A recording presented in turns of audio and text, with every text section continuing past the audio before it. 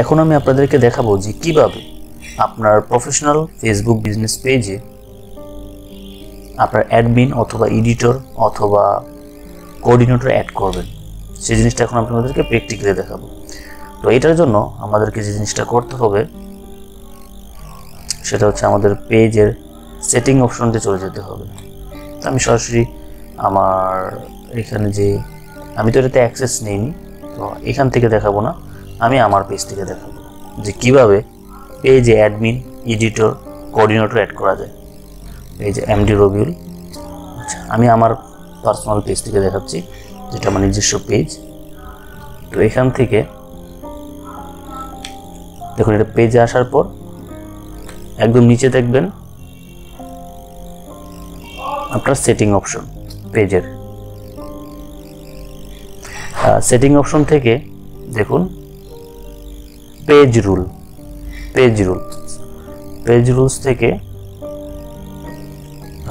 Rules থেকে আপনারা এখানে দেখতে পাবেন, এই যে দেখুন assign a new page rule. ঠিক আছে, আমি অলরেডি আমার দুজন বন্ধুকে আমি মডারেটর হিসাবে কি বলি তাদের কাছে একটি নোটিফিকেশন দিয়েছি।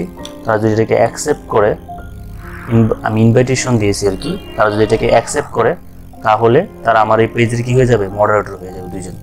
তো পেজের মডারেটর কিংবা অ্যাডমিন কেন প্রয়োজন? কারণ আপনার পেজটা সহজে কেউ হ্যাক করতে পারবে না।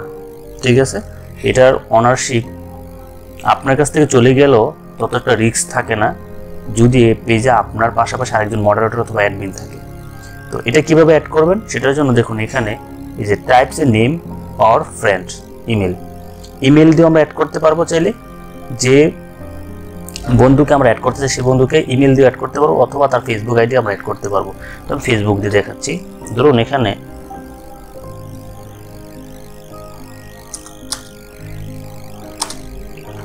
এয়ার আকাশ, আচ্ছা দেখি তো আকাশ,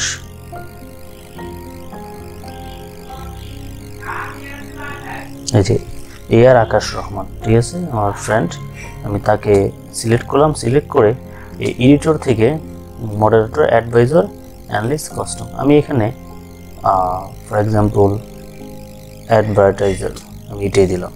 দেওয়ার পর আমি আমার বন্ধুকে অ্যাড করে দিলাম।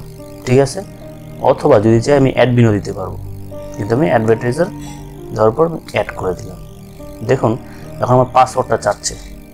ঠিক আছে, পাসওয়ার্ডটা আমি ডিফল্ট অবস্থায় এখানে দিয়ে দিব, ম্যানুয়ালি দিব না। ঠিক আছে, সাবমিট, ওকে, সেভ। এখন দেখুন নিচে আমি দেখাচ্ছি, প্রথম ছিল দুজন, ঠিক আছে, এখন কিন্তু তিনজন দেখাচ্ছে। দুজনেই কিন্তু আমাকে অ্যাকসেপ্ট করেনি, তাকেও করলাম। ঠিক আছে, কালকে রাত্রে আমি শুধু এটাকে দিয়েছি, তো এটাও করলাম।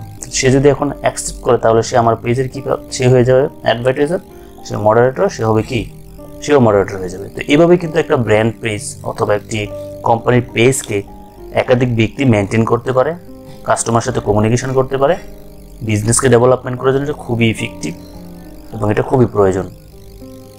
তো যাদের মানে যৌথভাবে যারা কোম্পানি বা কোনো একটা ব্যবসা প্রতিষ্ঠান রানিং করেন এবং একটি মিডিয়া অ্যাকাউন্টকে মেনটেন করার জন্য সবাই চান, সেক্ষেত্রে জিনিসটা খুবই ইফেক্টিভ। আই হোপ আপনারা বুঝতে পেরেছেন যে কীভাবে আপনার পেজে অ্যাডমিন অথবা এডিটর অথবা অ্যাডভার্টাইজার অ্যাড করবেন। Wish you all the best.